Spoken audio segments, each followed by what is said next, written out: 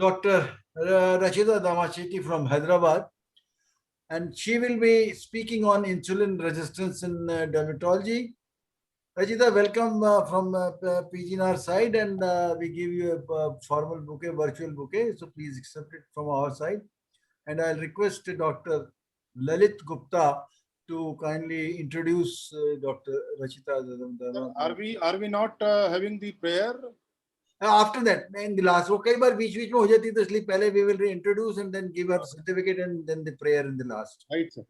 So good evening, everyone, and it's my pleasure to introduce to you the speaker of the day, Dr. Rajetha Damisetty. She is a alumnus from the JIPMER and Madras Medical College, Chennai, and she is very active in the various activities of the IADVL.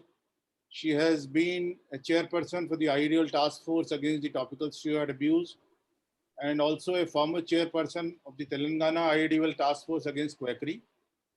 She is a very after-sought speaker in several, national and international platforms.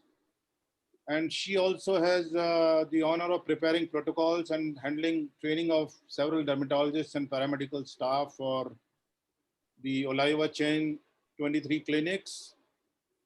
She is having a special interest in pigmentary and hair disorders, anti-aging treatments, optimizing use of lasers and colored skin, and on systemic diseases also, such as the interplay of endocrine milieu and the skin. And today, she's going to speak on one of those topics which hardly people give importance to, though it's a very important topic: insulin resistance in dermatology. She has delivered several lectures in international and national forums. So, welcome.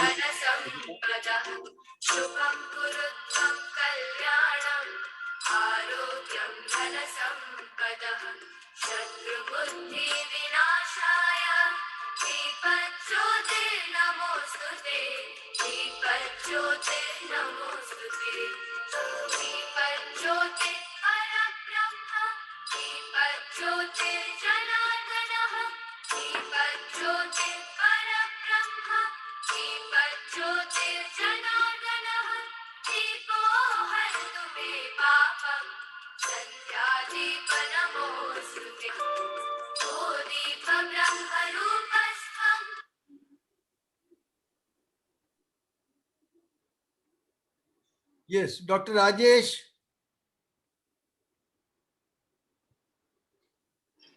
The screen is not showing the plaque and the. I'll just show. I'll just allow Dr. Rajesh to speak. Rajesh, you can unmute and I'll show the screen. Please, sir. Sorry.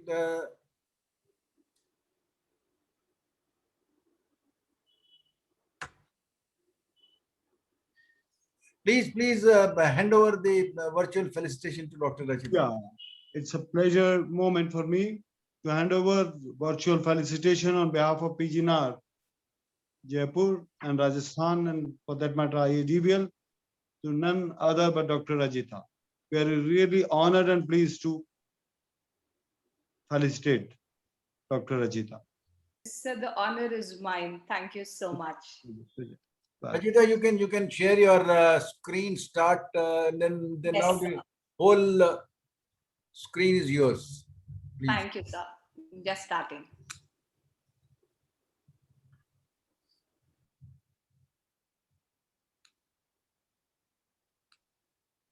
Good evening, everybody. I'm truly honored and very thrilled to be doing this session. And firstly, I want to congratulate Mathur sir and all the luminaries here on the virtual dais for creating this amazing platform. So most Wednesdays, I try and attend. And if I don't, then I realized recently that it is available on YouTube. So I make it a point to listen to these PGNARs. And I don't know about the others, but I have truly learned quite a bit. And I'm sure the PGs have been greatly benefited as well. So today I am truly thrilled because one, I get to speak about something I am passionate about, and Mathur sir has given me almost an hour. So thank you so much, sir, because it's very You can speak whatever time you like, don't worry. wow, that is so it is very dissatisfying to give these 10-12 minute talks. And for one whole year, I became like the debate specialist. And debates are like these item songs. You know, they are more of entertainment value. And by the time you get started, you know, it's time to stop. So if you want to go into the depth of any topic, you need time. And I wonder if anybody else will give me 45 minutes plus to speak on this topic. So thank you so much, sir. And as a listener and as a student of PGNAR, I sincerely thank you. And as today's speaker, I am truly honored. So I realize that I am speaking after Dr. Abhi Saraswat, who is my true guru, and Dr. CRS, who spoke last week, who is my virtual guru. So I am following in their footsteps. Again, great pleasure for me. So over the next 45 minutes or so, I'm going to be talking about how insulin resistance is relevant to the dermatologist. I'll try and define the condition because I realize that there is a lot of confusion about the concept of insulin resistance, especially in the minds of our colleagues, dermatologists. I will try and elucidate the mechanism of insulin resistance and its effects on skin, and the link between obesity and inflammation and insulin resistance. I will share with you a few case scenarios, a few concepts about the pathogenesis of Acanthosis nigricans, which are not frequently spoken about. I will try and define the entity called facial Acanthosis nigricans. I'll talk a little bit about pediatric AN, which is becoming increasingly common after the lockdown. And they say that the average child in India put on 5 to 6 kilos during the COVID time. And my practice seems to be a witness to that. I will talk a little bit about the concept of metabolic obesity, where somebody might not seem obese, but is actually obese, and about adipose tissue disease. And finally, I'll talk about the management of insulin resistance and Acanthosis nigricans. So, and the conditions which are strongly associated with insulin resistance that we dermatologists see are, of course, number one is Acanthosis nigricans. Acanthosis nigricans is practically equal to insulin resistance unless proven otherwise. And the second is the ubiquitous, the most common dermatosis across the world in any OPD, which is acne. And then the third is psoriasis, something exceedingly common in our OPDs. Conditions which are potentially associated with insulin resistance are acrocordons and DPNs, and the genetic alopecia. And I'm going to talk about some experiences of mine. Hidradenitis suppurativa, hirsutism, and hyperandrogenism. And I'm going to talk to you about how PCOS is practically equal to insulin resistance and vice versa if it happens to be a woman in the reproductive age. And conditions which are anecdotally linked to insulin resistance are alopecia areata and vitiligo, basically autoimmunity, because obesity indirectly can cause inflammation, and that can be the trigger or the fuel which keeps the autoimmunity going. So what is insulin resistance? Insulin resistance is a state in which a given concentration of insulin produces less than the expected effect, like less than the expected biologic effect. So you will have some amount of excess glucose, which is tackled by the body by producing excess insulin. So as long as the body has the insulin reserves, it manages to maintain euglycemia, and the patient is not diabetic, but at a cost. So all this excess insulin, the hyperinsulinemia, is not going to just act on the glucose. It is going to act on the skin, on the pilosebaceous unit, on the keratinocytes, on the fibroblasts, and we dermatologists become witness to its various effects. So this is the molecular basis by which hyperinsulinemia leads to the MAP kinase activation, and it leads to accelerated atherosclerosis. And because of the impaired glucose uptake by the muscles and also impaired neoglucogenesis by the liver, you have development of type 2 diabetes. So eventually you have amylin secretion, which leads to diabetes mellitus. Now, why am I talking about this? I am saying this because if we are able to tackle insulin resistance early on, and we dermatologists very frequently tend to be the first point of contact with the medical system for many of these patients with insulin resistance. So if we are able to tackle it at that point, we could very well delay the onset of diabetes mellitus. And that is going to be practically saving lives. Now, this is the molecular level. And here you see that once you have a insulin binding, excess insulin binding to the receptor, then you have the insulin receptor substrates which act on the mTORC, the mammalian target of rapamycin. You also have binding and activation of the FOXO protein, and we are aware that FOXO protein acts at very critical points in acne pathogenesis. And of course, you also have various effects on cell growth and differentiation and on various other gene expressions. So this is at a molecular level about how insulin directly acts, and also insulin acts through the IGF-1. So insulin-like growth factor 1 is a key marker of this whole process. And I want to stress a little bit on the IGF-1, because IGF-1 is the pathway through which puberty causes acne. It's a key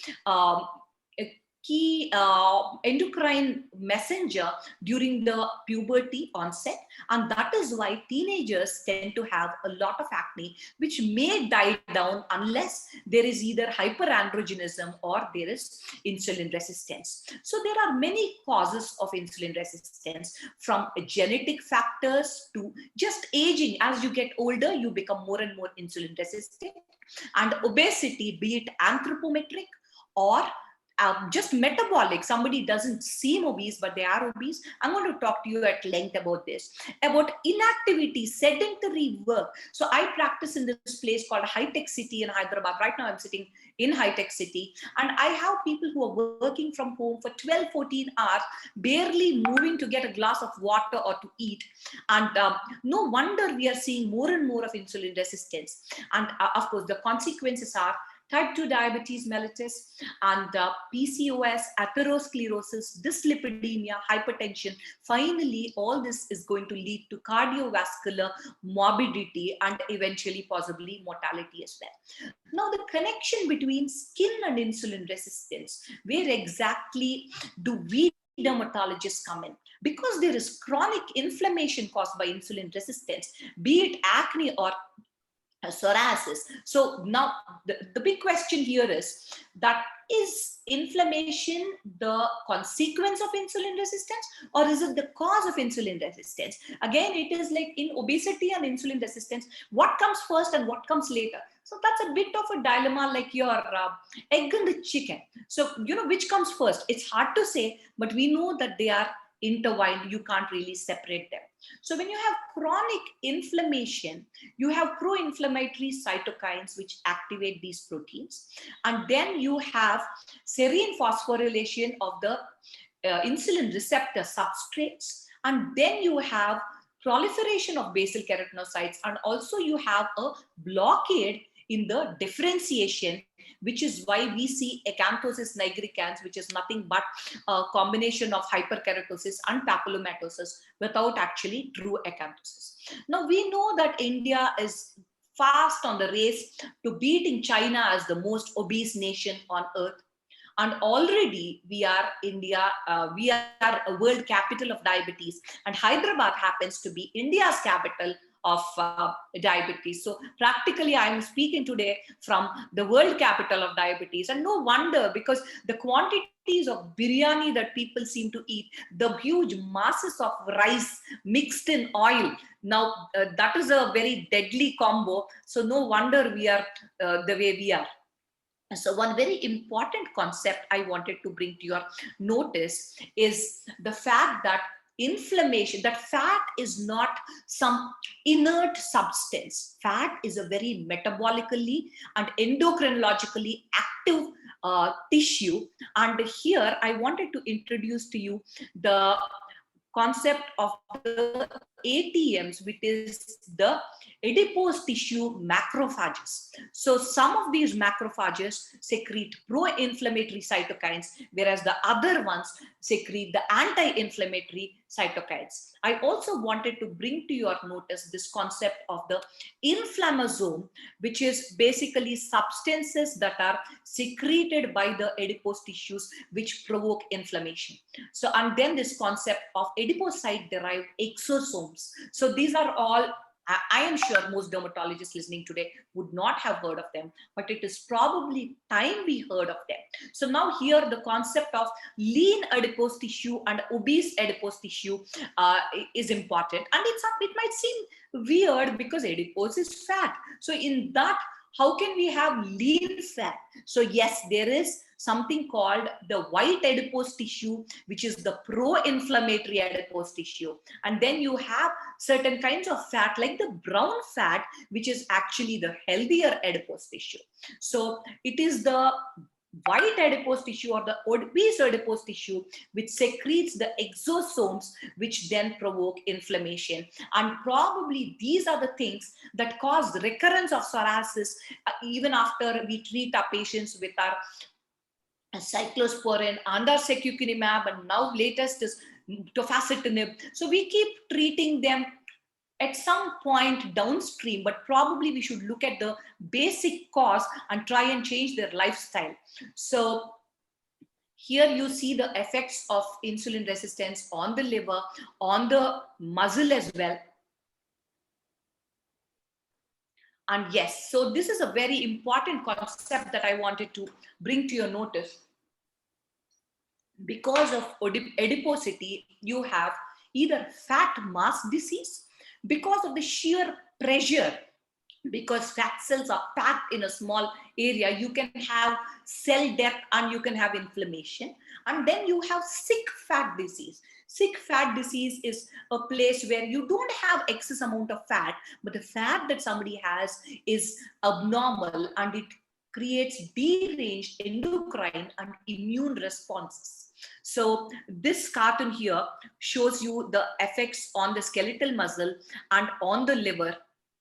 And both of these are going to be quite important. And it's important that we note this because many of our patients with insulin resistance who come to us with acne or with psoriasis, who need potentially hepatotoxic drugs, can have non-alcoholic steatohepatitis. So you want to tread very carefully when you're giving them these hepatotoxic drugs. So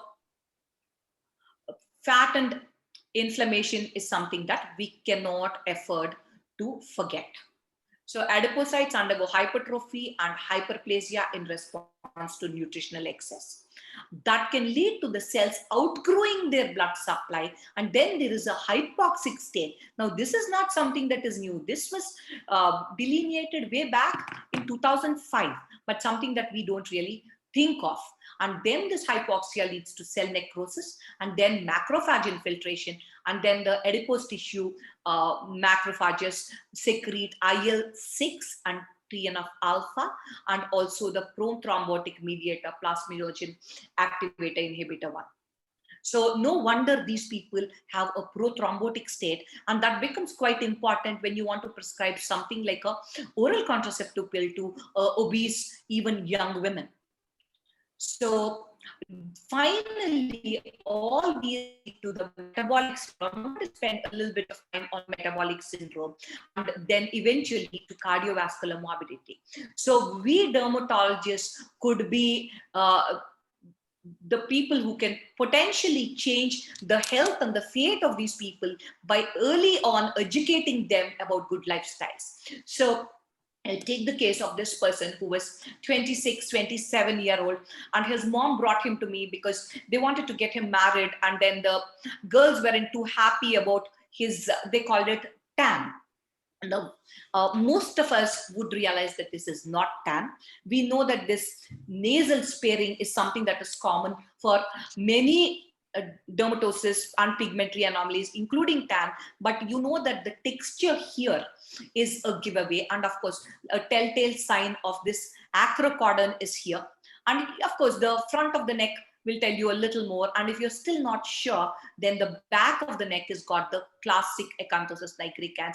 So do I need to do a test to document insulin resistance? No, I know that this person is insulin resistant. This person is obese. His BMI was around 32 or so. So do I need some kind of a test before I prescribe an insulin sensitizer like metformin? Yes, certainly. And I'll tell you why in just a bit. Now, this is a girl, a young girl, who came to me with irritant contact dermatitis to skin light.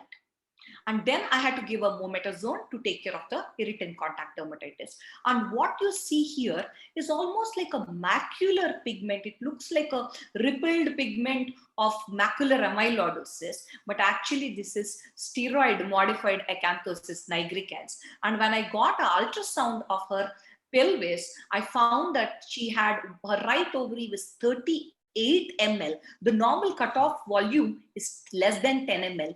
And this 20-year-old girl had 38 ml ovary on the right side, and the left ovary measured 30 ml. That's like hugely enlarged polycystic ovaries. And all she came to me with was a steroid modified or a irritant contact dermatitis. So please remember that Acanthosis nigricans is a cutaneous marker of insulin resistance and of metabolic syndrome. It is not merely cosmetic. Now, unfortunately, most dermatologists do not go beyond screening for diabetes. Diagnosis of insulin resistance might not be easy. Diagnosis of facial Acanthosis nigricans might not be easy. Sometimes even on the neck, it might not be easy. It could be focal as well. So now this kind of a classic photograph where you have a velvety appearance which is verrucous to touch is not going to be seen on the face. Very rarely will it be this easy. And of course, if you have many of these skin tags, it becomes easy, but on the face, don't expect it. So it presents as pigmentation, or it could be an incidental finding when you're treating acne or when you're treating psoriasis, but it is our chance for detecting insulin resistance. So the other endocrine disorders that are associated with Acanthosis nigricans and insulin resistance are in women, polycystic ovarian syndrome and Cushing's syndrome, various thyroid diseases, Addison's disease, acromegaly, but all these are extremely rare cases. PCOS is the most common association. So you don't have to really go at length to screen it. Now, there was a time when I was a student when they used to call this pseudo Acanthosis nigricans. Now, I like to talk about how this is pseudo no more. No, this is a reality that we need to face. Yes, unless we mention it, we are talking about benign, so we don't have to say it. So malignant Acanthosis nigricans is rare, but we can't miss it because we are good physicians. So it can be itchy, it is rapid in onset, it can involve the mucosa, particularly the lips. You can have the trypipalms, or you could have eruptive seborrheic keratosis, which is known as the sign of lesser Trahat. So that is malignant, but that's extremely rare. But most of the time, Acanthosis nigricans is related to the type A, the non-autoimmune insulin resistance. So there are certain intrinsic defects which can lead to insulin resistance, certain insulin receptor gene mutations like the Rapson-Mendenhall syndrome or the leprochonism, these kind of things, but they are extremely rare, and I want to spend my time talking about the common ones. Sometimes you could have fibroblast growth factor defects which also lead to insulin resistance and Acanthosis nigricans, and certain secondary conditions like physiological states. You know, puberty, pregnancy, and just advanced age could be physiological states where you have a degree of insulin resistance, which is why some of us are prone to getting gestational diabetes. But that is not going to happen unless there are some strong genes. Then, of course, you have the pathophysiological states and endocrine factors. So now obesity and hyperinsulinemia lead to what we see in the skin as Acanthosis nigricans, through reduction in the insulin-like growth factor binding protein 1 and 2. And the insulin can directly bind to the IGF-1 receptor, or it can create an increase in free IGF, and through that there are changes in the cell growth and differentiation, and that is how we see the clinical picture that we do. And now one important point I wanted to bring to your notice is that we think of only the classic hills and valleys, very coarse neck acanthosis nigricans as being AN. So please remember that there is a quantitative scale, and grade 1 acanthosis nigricans is just rough to touch. It is not even visible. In grade 2, the coarseness is visible, and only in grade 3 you have the hills and valleys. So please don't miss out on diagnosing the type 1, the grade 1 and the grade 2 on the neck. And you have another kind of a grading which is based on the extent, and many of us somehow think that if it is only from sternocleidomastoid on one side till the other, that is AN. No, sometimes it can be limited to just the base of the skull, so please examine carefully. And even the axilla, sometimes if you just casually see, you might miss the mild involvement right in the vault. So you don't want to miss out grade 1 AN in the axilla as well. So please keep this in mind. And so I already mentioned the difficulties in diagnosing facial AN. Now, one simple thing would be to look for AN in other areas when you think of facial acanthosis nigricans. So neck is easy to examine, but imagine if some male doctor says, tells a lady to undress and show the axilla, forget about examining the groin, then obviously there's going to be a huge hue and cry. So there is difficulty in examining flexures. Even for female doctors, there is a problem. Sometimes you have unequal involvement of the flexures. So facial acanthosis nigricans and neck and groin and axilla need not go parallelly or proportionally. And then there is a lot of confusion caused by this term called seborrheic melanosis. And of course, there's a lack of awareness about the lab diagnosis. So I thought I'll talk about a few pathogenesis factors. Now, does AN cobnerize? A lot of my colleagues tend to cause this thickened plaques over here as frictional keratosis. Now, if it is frictional, then obviously insulin is not related, and that is not true. Now, can we induce that kind of a plaque in anybody if they don't have insulin resistance? No, they can't. So now, if you look at this gentleman here, he's got a very weird L-shaped thing. This is not your classic insulin resistant acanthosis nigricans distribution, and that is because this person was sitting like this. So if you observe, he's got this pressure, this friction like a L.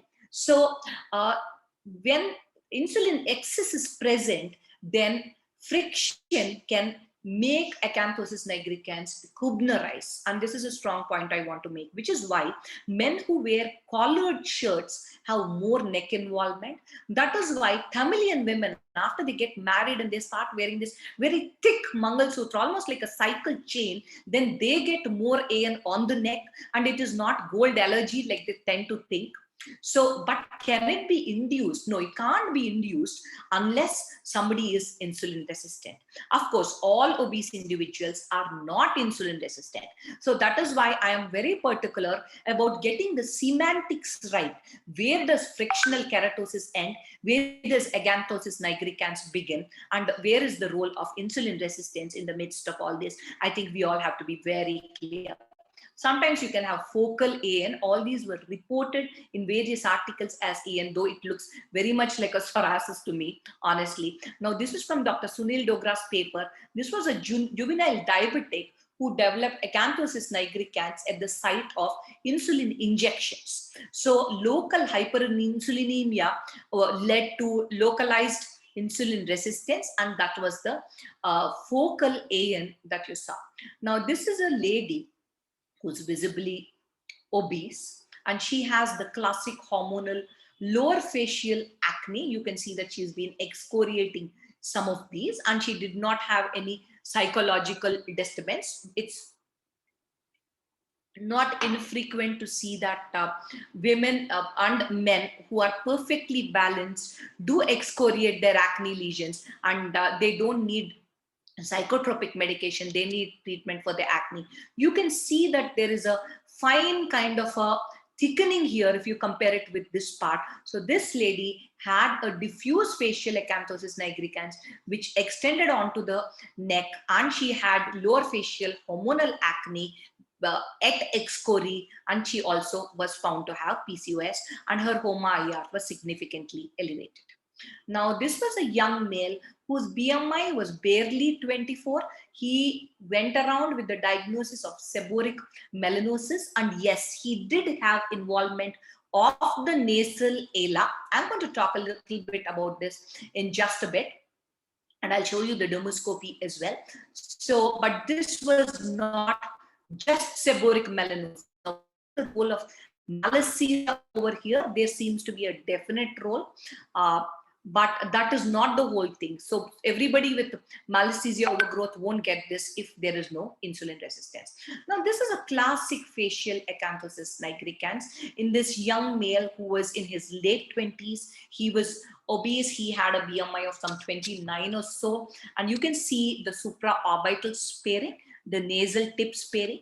You can see that this is not just tan. You can make out even in this photograph that there is a roughness of the skin. And here you see the diagonal earlobe crease, which is a marker of hypertriglyceridemia. It is known as the Frank sign.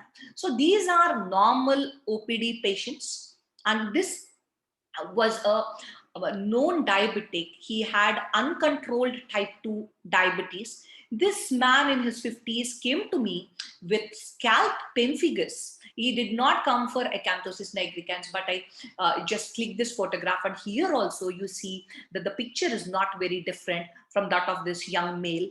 So this man was receiving almost 80 units of insulin a day to keep his sugars under control. So this was partly extrinsic hyperinsulinemia and partly endogenous hyperinsulinemia, leading to this facial acanthosis nigricans in the setting of pemphigus and oral steroids.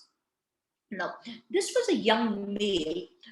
He was around 27, and he said, "Doc, my parents want me to get some treatment for this because I have to go and meet potential brides. They wanted to get him married." So I said, "I will give you a cream, but I am also going to give you certain tests," I told him.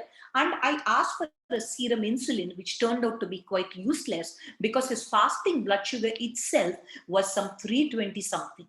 And he also happened to have significant hypothyroidism with a TSH of some 12, 13 plus. So this was a 27-year-old who came to my OPD with just dark circles. That complaint was dark circles. And this was an engineering student. He was barely 21. And he came to me with just this kind of a pebbly appearance, thickening of the forehead. He did not have this anywhere else. And his BMI also was not quite 25, maybe 25 plus. And because it was so atypical, I did this biopsy. And now this is not from his slide. This is a representative one. So his turned out to be quite characteristic. There was papillomatosis, there was severe hyperkeratosis. But when you do a biopsy for facial acanthosis nigricans, very rarely do you see this kind of a characteristic appearance. So, but a biopsy is going to help you rule out the mimickers, particularly the dermal melanosis like your lichen planus pigmentosis or your acquired dermal macular hyperpigmentation, which is now the preferred term rather than a pigmented cosmetic dermatitis. And sometimes if you have a focal thing, you might even be thinking of an extrinsic ochronosis because of the textural change. So what your biopsy is going to do is going to be to rule out these. And of course, it is not very easy to do biopsies from the face, but if you have convection and if you need to, you could. But thanks to the role of dermoscopy, we have been able to overcome the need. So I do far fewer biopsies now that I have learned how to use my dermoscope than I used to do, let's say 10 years earlier. Now, insulin resistance can be diagnosed. The gold standard in research papers is something called the euglycemic clamp technique that is going to be impossible for any of asks. So what we typically use is the homeostatic model assessment of insulin resistance, the HOMA-IR, and the quick E and the Matsuda are not really frequently used. So if HOMA-IR is nothing but fasting insulin into fasting sugar divided by 405, and a value which is greater than 2 is considered to indicate insulin resistance. Now this 2 is for Caucasians. We Asians, especially Asian Indians, already are an insulin resistant race, which is why we take a cutoff of around 1.8 or so. For those of you who want app to calculate, you have these HOMA-IR calculators, apps are available. So what is generally accepted is that between 1.8 and 2.4, lifestyle advice is enough. But beyond 2.5, now that is quite a contentious thing, pharmacologic therapy is advised. Now, the problem here is that not all labs are good at measuring insulin. So the assay method is not standardized. And if I have learned something about insulin resistance almost a decade ago, I have to thank Dr. Raj Kubba for this. And he famously did this kind of simple trial where he sent the same patient's blood to 4 different labs in Delhi, 4 good labs, and the values that came were as low as 7 to as high as 35 for insulin, all from the same sample. So what I do is, if the HOMA-IR is supporting my diagnosis, then I go with it. If it isn't, if I think that the lab made an error, and I do my best to tell my patients to go to a good lab, but I know that many of you who practice in smaller towns might not have access to great labs. So there you will have to convince your patients that, you know, the skin does not lie. The labs may have errors, but the skin does not make errors. It is always true. So quantitative insulin sensitivity check index, the quick index, is something that is much more sensitive, but it is something that very few papers also do. So we can forget about that. So I'm going to speak about a little bit about what I think is the connection between malassezia and seborrheic melanosis and insulin resistance and Acanthosis nigricans, using this girl as an example. So this was a 19-year-old girl who came to my OPD because she had extensive truncal acne. Her complaint was not primarily the face, and then her mom also said that, doctor, she always looks very tired, her face is dark, and this was not how she was as a child. You know, she was quite fair. You know, people are obsessed with fairness. So then if you observe that she's got this kind of a, I won't say darkening, this is more of a darkening / thickening, and you have the perioral, paranasal and the periocular involvement, along with a little bit of mild acne here. But if you observe this whole thing, this skin texture is not normal. This is actually affected by Acanthosis nigricans. So, okay, this is the angle of the mouth, and this dermoscopy actually reveals your sulci, the cristae, which are pathognomonic of AN, and you also see almost a velvety appearance on this dermoscopic picture. So what I believe this is, that she had a malassezia overgrowth, which led to a localization of the problem to these areas. And why is that happening? Because she's got some kind of a volume deficit. She's got a groove there in the angle of her lips, which is why probably the sebum was collecting there. And she also, you could call this a seborrheic melanosis, a seborrheic Acanthosis nigricans kind of a thing. Now, obviously, this is not a published term, but this is the closest that comes to explaining this appearance. So I got her investigated. I documented that her HOMA-IR was at least more than 5 something, and she had polycystic ovarian syndrome. Her 3D ultrasound revealed a polycystic morphology. So I put her on metformin. I also put her on a drospirenone ethinyl estradiol containing combined oral contraceptive for her irregular cycles and for her hyperandrogenemia. And I put her on isotretinoin. And by that time, she came to a certain point, and then we did some peels and some laser toning, and we managed to give her a pretty decent appearance. So you can appreciate the skin texture improvement after the procedures. And this was after just 2 peels and when she came for her first laser. So I managed to treat her Acanthosis nigricans with the peels, and then I put her onto the laser. Now, this is a young male engineering student who was grossly obese. So his BMI was almost 34, and he had this severe truncal and facial acne. And on the face, the AN might not be very evident, but if you looked at his neck, you can't miss it. I don't know, it's already 8:43. Okay, so his TSH was elevated and his HOMA IR was almost 13.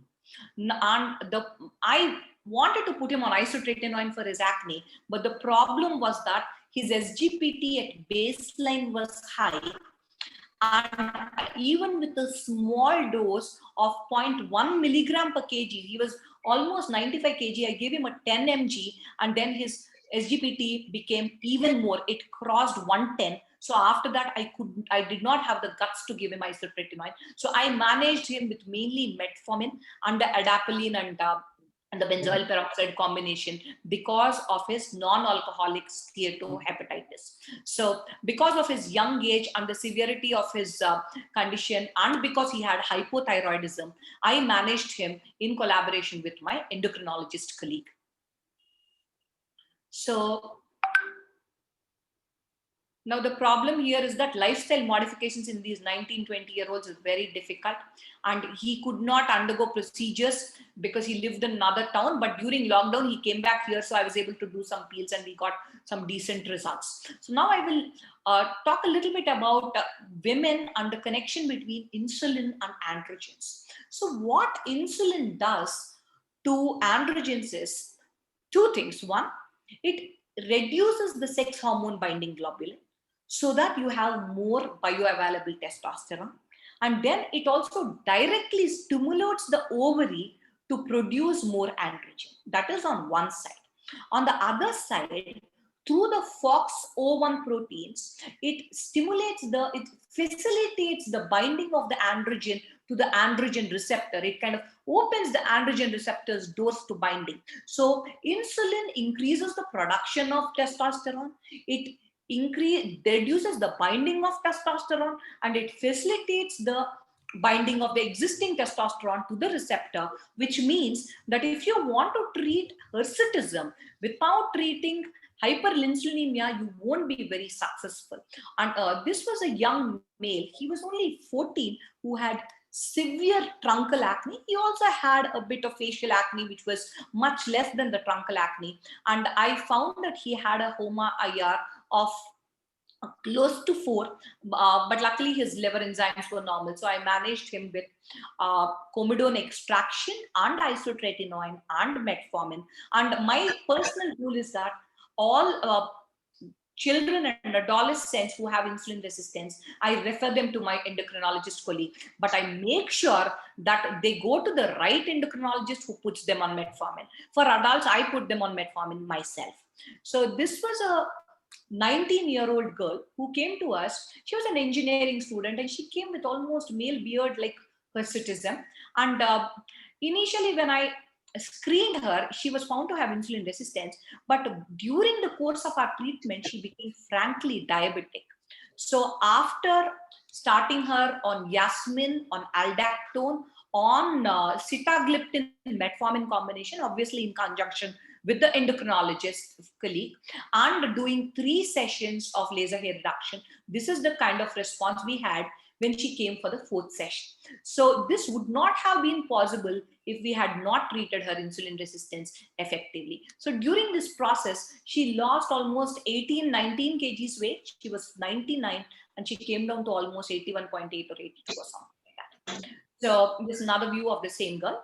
And now this was a 45-year-old male who, 44, 45-year-old, who was a known hypertensive, and his BMI was 26.2. He was already on metformin and he was on rosuvastatin and fenofibrate for his dyslipidemia. So basically, he had documented insulin resistance. His HOMA-IR was 2.84 while on metformin twice a day, 500 mg.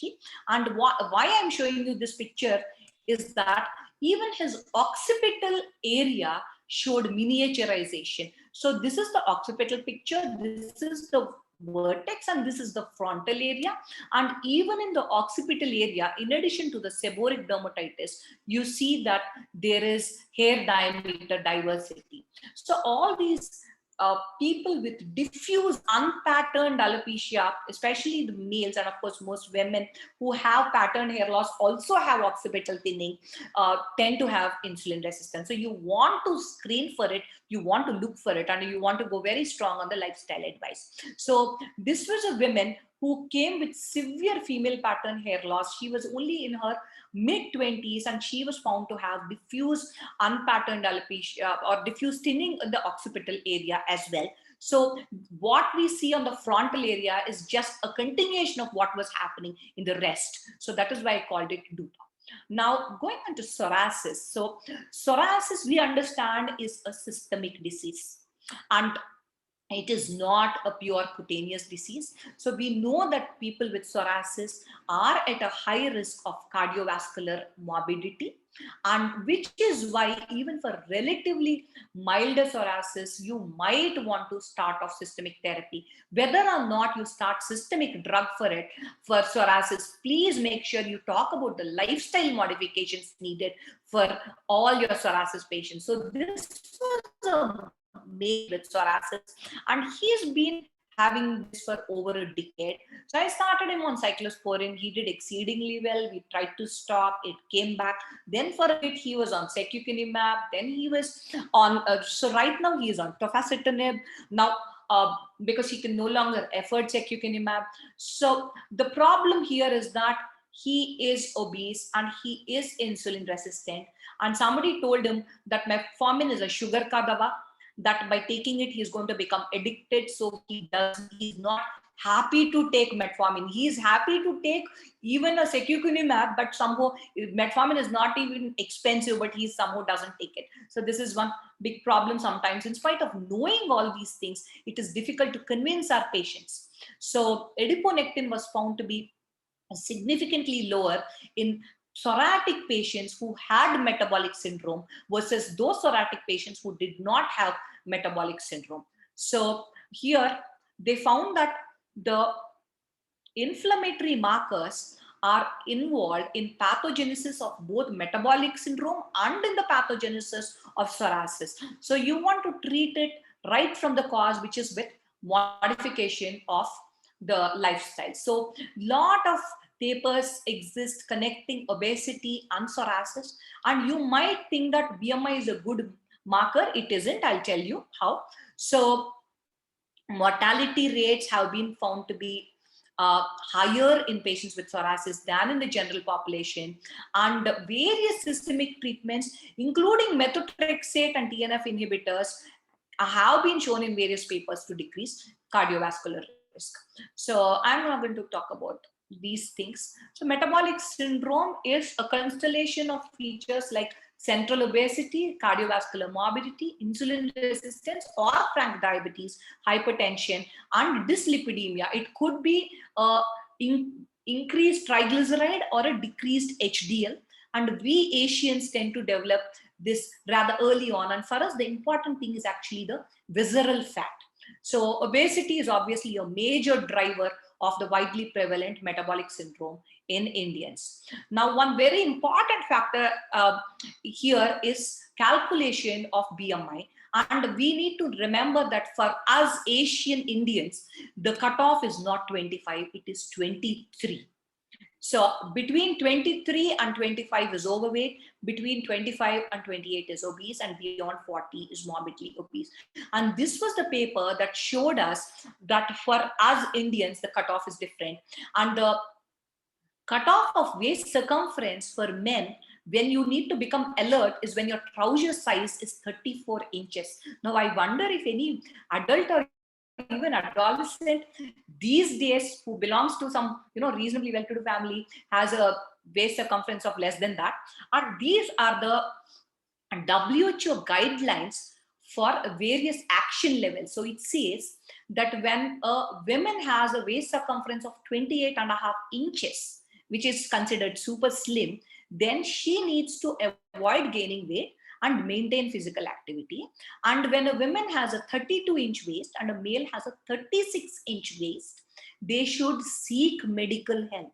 That means if our patients ask us what kind of measures do I take to lose weight, then we should be ready to investigate and manage their obesity, or at least find some good physician who can deal with it. So I'm now going to speak about this. Now, this is an important concept. Now, here in this picture, these two women look similar. They have same BMI, but here you see that the muscle is much more, whereas this lady's fat is much more. So even with normal BMI, you can have obesity, which is why I wanted to talk about the sick fat disease. Now, this is my own body composition analysis. So my BMI was 22.1 only. Now it's become a little higher, but my body fat percentage was 37.6, whereas it should have been less than 28. So I have metabolic obesity, and I have been on metformin for some time, have hypertension as well, and some dyslipidemia. And I've never been classically obese. I've never crossed BMI 23 ever. So this is a great paper if you want to read. These two endocrinologists, this one from Pune and this person from Eastern Europe, have exactly the same BMI of 22.3. But the similarities end there. The Indian had substantially more body fat, and that is because of the lifestyle, partly because the European runs marathons, whereas the Indian runs to beat the closing doors of the elevator. And there is a definite contribution of genes. And also it seems to be more common when somebody is underweight when they were born. So what are the investigations we do for insulin resistance? HOMA-IR. So HOMA-IR means fasting sugar and fasting insulin. Now, if you are thinking strongly in terms of diabetes, then you want to do a post-lunch blood sugar as well. HbA1c you would want to do if you're considering diabetes. But remember that even in pre-diabetes, it is normal. TSH, vitamin D. Now, if somebody can't afford it, then you can presume and avoid that because it's expensive. A BP measurement doesn't cost anything, and you want to do a fasting lipid profile and a PCOS screening also. So why don't endocrinologists do HOMA-IR? Why do we people need to do HOMA-IR? That is because we as dermatologists cannot get away prescribing metformin without documenting this. But endocrinologists can say that, just looking at Acanthosis nigricans, endocrinologists can declare that this is insulin resistance, whereas you and I need some kind of a lab backup. For practical reasons, we need to do this, but it's important to rule out frank diabetes before you prescribe, because if it is frank diabetes, then I don't think dermatologists should be managing it. I think endocrinologists should be managing it. Now, this link between PCOS and AN I've already spoken about, and I'm not going to the details, but remember to learn the Rotterdam criteria, which states that at least 2 out of these 3 criteria, oligomenorrhea, hyperandrogenism in the form of either hirsutism, acne, or patterned alopecia, or hyperandrogenemia. That means if you have hirsutism and the testosterone is normal, then you have already 1 point in your Rotterdam criteria. And the third point is polycystic ovaries as demonstrated by transvaginal ultrasound. And the most important of the Rotterdam criteria is basically exclusion of other etiologies, which means that clinically you have to rule out Cushing's syndrome, and we are pretty good at it because we are frequently the cause of it. And we also want to rule out acromegaly. So clinically examine for livid striae, look for the moon facies, the buffalo hump, the abdominal obesity, look for acromegaly, and ask for a test of the TSH and prolactin. And if these are not grossly elevated and you have someone with 2 out of these 3, then you can make a diagnosis of PCOS.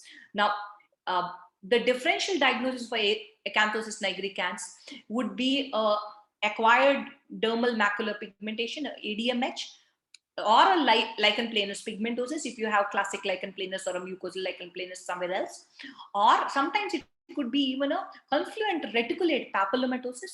Seborrheic melanosis can coexist or can mimic, but facial melanosis is not a diagnosis that befits our fraternity. It is like diagnosing fever. Now, what is the meaning of fever? Patient also knows that they have fever. You need to know whether it is COVID fever or SLE fever or a drug fever or a dengue or a malaria or a chikungunya or whatever else it may be. So for a dermatologist to be diagnosing facial melanosis is for a physician to be diagnosing fever. So seborrheic melanosis sometimes can be preceded by this kind of a classic seborrheic dermatitis, but sometimes, especially in little dark skin people, it can just present with a PIH with a underlying chronic inflammation. And sometimes you can have this kind of a picture. This is from Dr. Shyam Verma's paper, where you have the pigmentation and the inflammation coexisting. So if you have this kind of a picture, then you know that it is seborrheic melanosis. But if you have the kind of picture that I showed you in the young girl with PCOS, then you can have a coexistence of these two. So this was someone who had a classic nasal sparing, but you know that this is not AN, you know that this is probably a lichen planus pigmentosis because his ears are completely affected. And skin manifestations of insulin resistance actually are said to offer a very reliable and a real-time way to detect insulin resistance rather than lab measures and derived indices like HOMA-IR, because they are indirect and they are imprecise and they cannot be very accurately reproduced. So especially the neck grading correlates extremely well with the HOMA-IR. Now, this was a lady who was given a colosol G and propisalic NF, and she developed this kind of a facial AN acne kind of a picture, and this is how she did after 4 peels with TCA phenol combination after 4 peels. And this is a person who had Acanthosis nigricans in the flexures, for which he started applying a steroid combination, a clopidogrel quadruple combination, your tandem. And then he kept applying it in large areas. He applied it in his groin as well. He became frankly Cushingoid. And this is a picture courtesy Dr. Shweta Rahul. She was called to the ICU when this person went into an Edisonian shock when the topical steroid was withdrawn. So you can have topical steroid abuse in the setting of AN, which can lead to very dire consequences. Now, these are various presentations. This girl, known case of PCOS with resolving acne while on isotretinoin, she has a periocular and a perioral Acanthosis nigricans. And I wanted to talk a little bit about children. So this was a study done in Delhi, and this was not a hospital study. This was a school study. And here they found that at least 43% of girls and 37%, almost 40% of boys had Acanthosis nigricans, and 80% of those who had AN had significantly high HOMA-IR. So this shows how common this is. And this was a young girl who was brought to me, 12-year-old girl. She had just attained menarche, and her mom said that, her skin is dull, it is dark. Can you please give her something to make her fair? There's a wedding in the family. So I said, okay, fine, we'll do that. And this was what her neck looked like. And this was her HOMA-IR. Her HOMA-IR was 7.1. So this was basically a facial Acanthosis nigricans with a localization to the perioral area and again a little bit of seborrheic localization as well. So how do I treat insulin resistance? Lifestyle modifications, fat reduction, diet. What kind of a diet? Obviously a calorie deficit diet, and I would prefer a balanced diet with enough protein between the range of 0.8 to 1.2 gram per kilo of ideal weight. And exercise, sleep is important. Sleep deprivation, it induces a chronic stressful state. Stress management is something I don't talk about because I don't know how to manage the stress, but there are papers that pranayam helps and being mindful helps. Medications, of course, metformin. And if you cannot give metformin, then N-acetylcysteine and myoinositol. Now, if only a weight loss equation were this easy, it is not this easy. And we all know that most of us have been trying to lose weight. So how do I, so I'm not going to talk much about the lifestyle modifications because I've taken too much time. Metformin, I'd like to start with twice a day, 500, but because of its gastric intolerance, sometimes I start with once a day, and I can go up to a dose of 2,500 mg per day. And especially people with obesity need higher doses. And lactic acidosis is something that can happen, and especially in the setting of alcohol. And the flatulence and diarrhea are extremely common. Many patients complain that these sustained release tablets are just excreted in feces. So that is just a ghost tablet, nothing to worry about. And most people tolerate if a lower dose is restarted. And what metformin does not cause is hypoglycemia. Only your doctor patients develop it because it is psychogenic hypoglycemia. But be careful in the presence of severe renal impairment and severe liver impairment. And in the setting of non-alcoholic steatohepatitis, like I showed you, it is quite safe. But obviously you want to be careful and monitor. Now, metformin is an extremely safe drug. It is, this is a paper that you could read if you want. There's so many things there.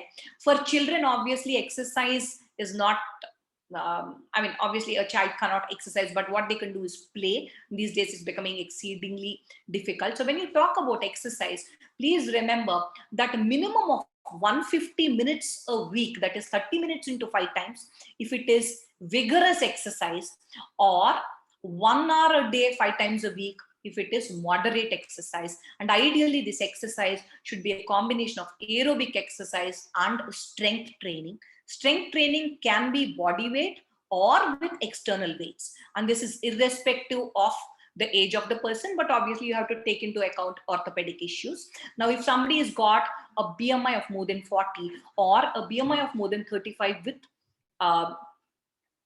with comorbidities, which is including presence of IR, then bariatric surgery is advisable.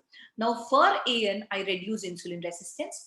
Topically, I like to give retinoids, or sometimes I don't mind giving a urea salicylic acid combination, but you have to be careful when you give it in the flexure. So you would want to tell them to use it sparingly and to use it on top of a moisturizer 5 minutes after the moisturizer if required. But what we should not be giving is topical steroids or modified cligments or tyrosinase inhibitors, because we know that their Acanthosis nigricans is not a true pigmentation. Tyrosinase is not doing anything here. So why give it hydroquinone? And my favorite peel would be a TCA under retinol leave-on sequential peel. And laser resurfacing, fractional laser resurfacing is something a lot of my esteemed colleagues do. And I don't like to do it for the simple reason that when you do a fractional laser, you are able to resurface only 20, 30, maybe 40% of the skin. Whereas if you're doing a peel, you could do 100% of the stratum corneum. And here the pathology is actually in the stratum corneum. So I love my lasers, but this is a situation where I would prefer a peel rather than a laser, with far less cost, far less downtime, and less pain as well. And this is a paper which showed that TCA is a good thing to do for Acanthosis nigricans. So this is the boy whose biopsy I had shown you. And this is how his forehead looked after around 2 or 3 TCA peels, 15% TCA, 8% phenol. That time I was not doing this, old picture. That time I was not doing the retinol. Now this is a young male, late 20s, marriageable age. And he came to us when he was 150 kgs. So I told him that when you come back at 100 kg, I can do a peel for you. So he came back at 96 kgs. And I draw your attention to his upper eyelid. You can see how much of an improvement there is. And over here as well. And this is after a single peel. Just one TCA peel, 8 minutes contact. And this is a male who was 120 kg, 6 feet. He had a BMI of 40. So this is, again, I'm sorry about the color difference, but I want you to observe the texture here and the lack of thickening here. This is again after a single peel. Now, I did not do more peels for this gentleman because initially he agreed for bariatric surgery, and then later on his wife said no bariatric, so I said no peel. There is no point, I told him. So this is from Dr. Thapa's paper. I don't know why the citation is disappeared, where they called it. So they said that periorbital melanosis, PM, is linked to hyperinsulinemia.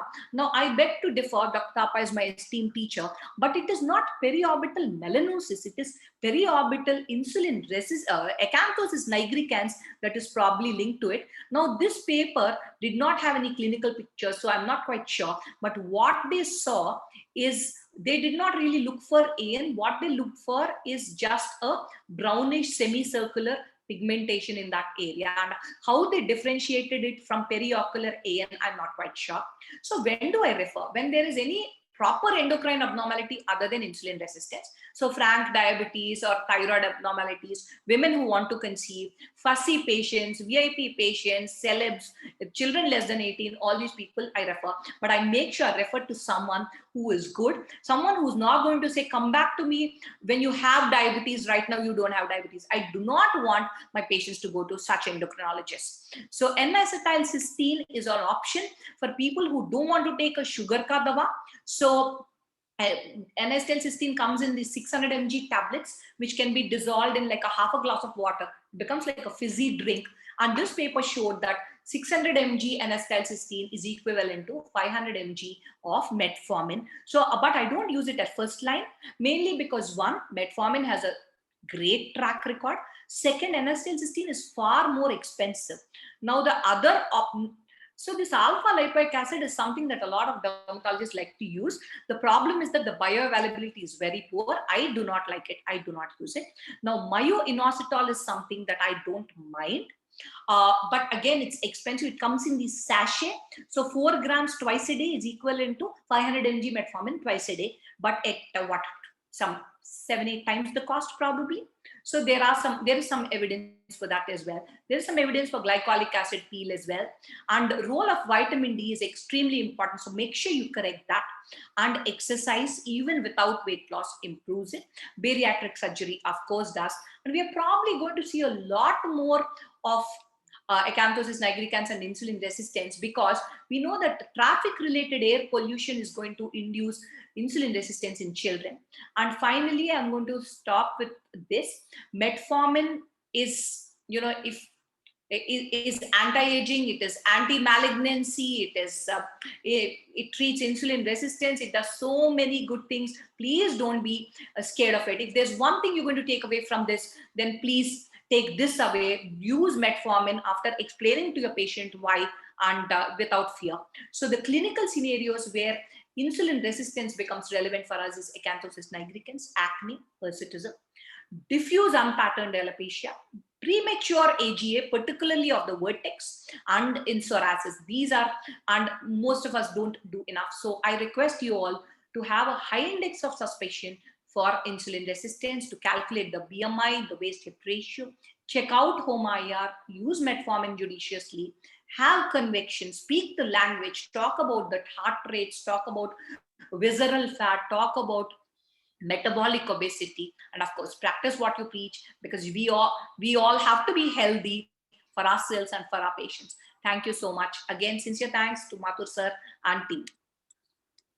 Thank you very much, Rajita. It was indeed a excellent, super excellent lecture, and which almost 70 people glued down to the screens. Nobody was moving, nobody was going out.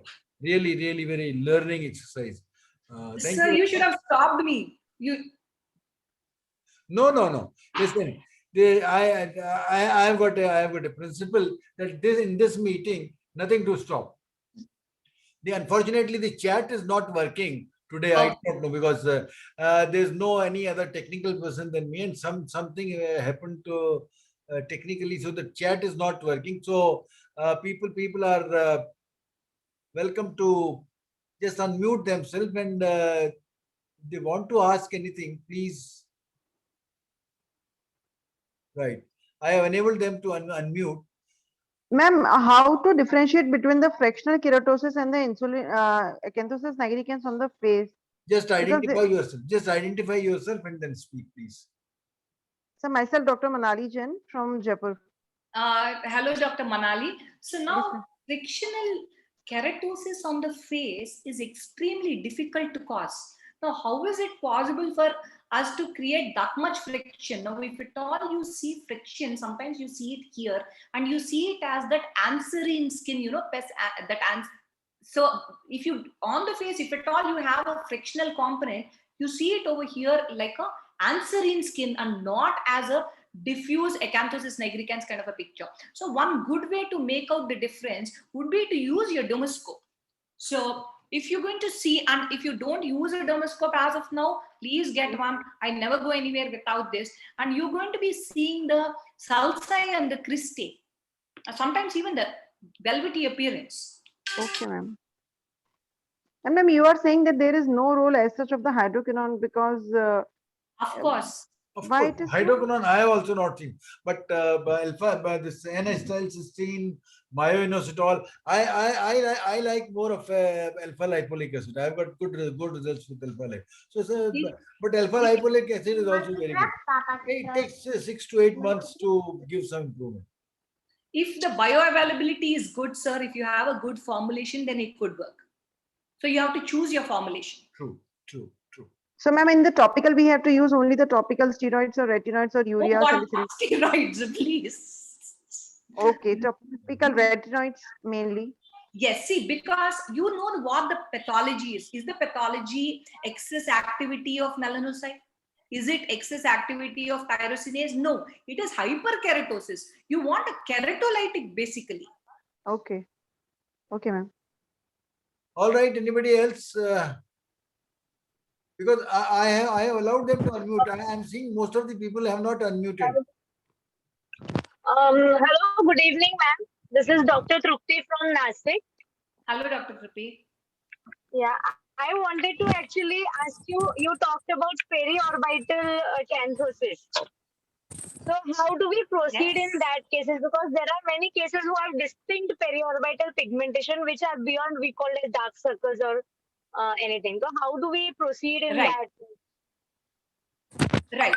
So if you have periorbital darkening, you know, whether it is, I don't know why I can't see. Can you all hear me? Yes, Oh, yes. ma'am. Yes, ma'am. Yes, we can hear Okay. you. Something happened to my screen. So periorbital darkening can be because of a hollow, because of the tear trough. So that is the shadow effect. Or